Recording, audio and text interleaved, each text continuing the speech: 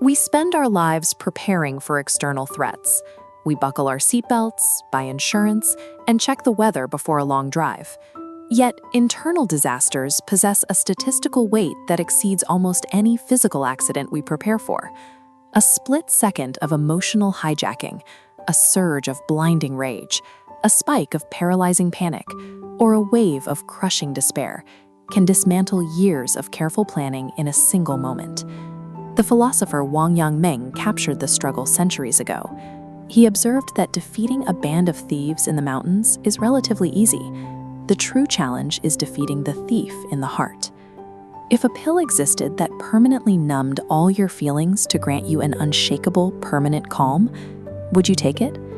Total emotional numbness removes the core drive required to navigate the world. Indifference to danger and detachment from others aren't solutions. They are new risks. Our objective is to master emotional energy, not eliminate it. A mundane stressor, like a minor traffic dispute, detonates the moment our blood pressure spikes and our vision narrows. In seconds, a trivial annoyance scales into a dangerous confrontation. This explosive reaction triggers when we feel a sudden loss of control. The ego attempts to forcefully reclaim dominance over the situation, driving us to lash out to prove our importance. Neutralizing this impulse requires creating physical and mental space. The tension breaks once you recognize that the only variable you truly control is your own reaction. Fear operates through a different mechanism: paralysis. During a sudden, unpredictable emergency, fear can freeze our biological responses right when decisive action is required. You disarm fear by converting the unknown into data. Identifying the fear by name and actively gathering information about your surroundings strips the threat of its mystery and restores your ability to move. Survival during an emotional attack depends from a primal, reactive state into a deliberate, information-gathering mindset. This transition de-escalates the immediate explosive threat. Some emotional threats operate on a longer timeline. Envy and shame act as silent killers of human potential, isolating us through internal erosion. Shame carries a heavy psychological cost.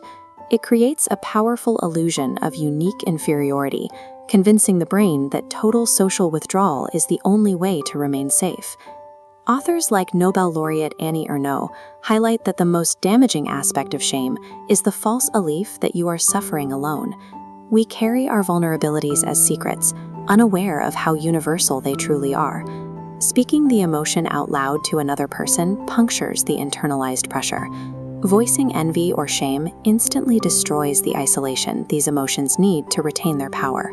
Sadness functions as a necessary biological teacher.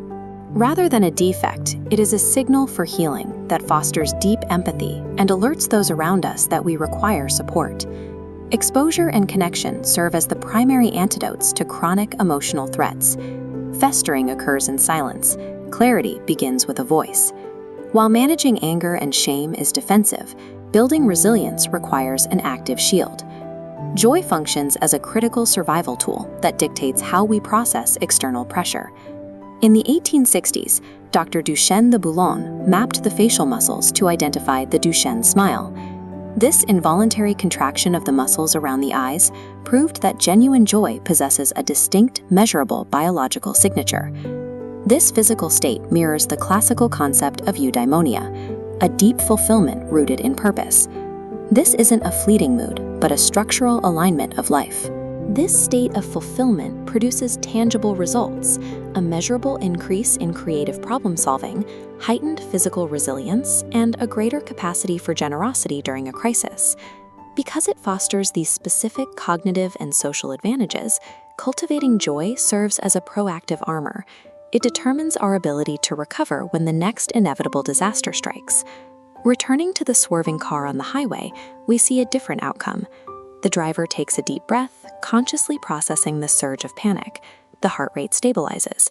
By bypassing the ego's demand for panic, clear judgment returns, the steering is corrected, and the disaster is avoided. Human beings thrive by feeling every emotion deeply and then commanding that raw energy.